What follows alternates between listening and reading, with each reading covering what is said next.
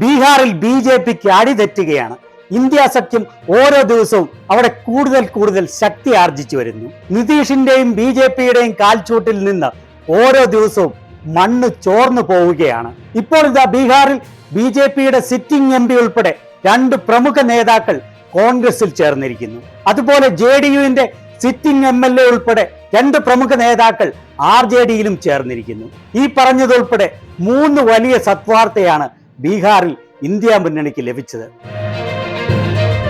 ഈ പ്രാവശ്യം BJPയെയും JDUവിനെയും ബീഹാറിൽ പച്ച തൊടിയിക്കില്ലെന്ന് ദൃഢപ്രതിജ്ഞ എടുത്തിരിക്കുകയാണ് തേജസ്വി യാദവും രാഹുൽ ഗാന്ധിയും. ഏതാനും ദിവസം മുൻപാണ് BJPയുടെ സിറ്റിംഗ് MP അജയ് നിഷാദ് കോൺഗ്രസിൽ ചേർന്നത്. ഈ അജയ് നിഷാദ് ചില്ലറക്കാരനല്ല. കഴിഞ്ഞ 2 തവണയായി മുസാഫർപൂരിൽ നിന്നുള്ള MP-യാണ് അദ്ദേഹം.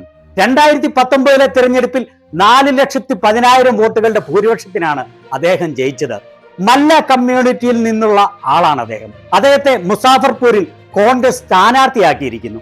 ആ മണ്ഡലത്തിൽ വളരെ ജനപിന്തുണയുള്ള ആളാണ് അദ്ദേഹം എന്നത് അദ്ദേഹത്തിന്റെ ഭൂരിപക്ഷത്തിൽ നിന്ന് മനസ്സിലാക്കാമല്ലോ. ഈ പ്രാവശ്യം ആ മണ്ഡലം കോൺഗ്രസിന് ഉറപ്പായിരിക്കുകയാണ്.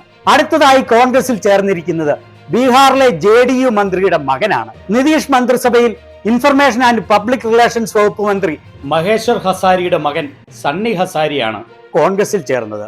അദ്ദേഹം സമസ്തിപൂരിൽ കോൺഗ്രസിന്റെ സ്ഥാനാർത്ഥിയാകുമെന്ന് കരുതപ്പെടുന്നു. അദ്ദേഹം പറഞ്ഞത്, എന്നെ സ്ഥാനാർത്ഥിയാക്കിയാലും ഇല്ലെങ്കിലും കോൺഗ്രസിനെ താഴെത്തട്ടിൽ നിന്നും കരുത്തുറ്റതാക്കാൻ പ്രവർത്തിക്കുമെന്നാണ്. അതുപോലെ JDUവിന്റെ 2 വലിയ നേതാക്കളാണ് RJDയിൽ ചേർന്നിരിക്കുന്നത്. JDU സിറ്റിംഗ് MLA ഭീമാ ഭാരതിയും JDU ഗയ ജില്ലാ അധ്യക്ഷൻ അഭയ് കുശ്വാഹയും.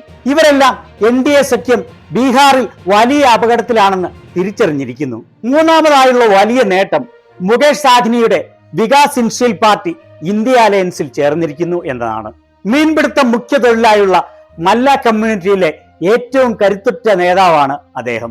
കഴിഞ്ഞ തെരഞ്ഞെടുപ്പിൽ ബീഹാറിലെ മിഥില മേഖലയിൽ RJDയുടെ സമ്പൂർണ്ണ പരാജയത്തിന് കാരണം മുകേഷ് സാഹ്നി NDAയിൽ ആയിരുന്നതാണ്. മുസാഫർപൂർ, വൈശാലി എന്നീ ജില്ലകളിൽ വലിയ സ്വാധീനം ആണ് മല്ല വിഭാഗത്തിന്. മുസാഫർപൂരിൽ നിന്ന് ദശാബ്ദങ്ങളായി മല്ല കമ്മ്യൂണിറ്റിയിൽ നിന്നുള്ള ആളുകൾ മാത്രമേ MP-മാരായി വിജയിച്ചിട്ടുള്ളൂ. 2 പ്രമുഖ മല്ല നേതാക്കളുടെ ഇന്ത്യ അലയൻസ് പ്രവേശനം മല്ല വോട്ടുകൾ ഏതാണ്ട് മുഴുവനായി ഇന്ത്യ അലയൻസിന് ലഭിക്കാൻ കാരണമാകുമെന്നാണ് കരുതപ്പെടുന്നത്.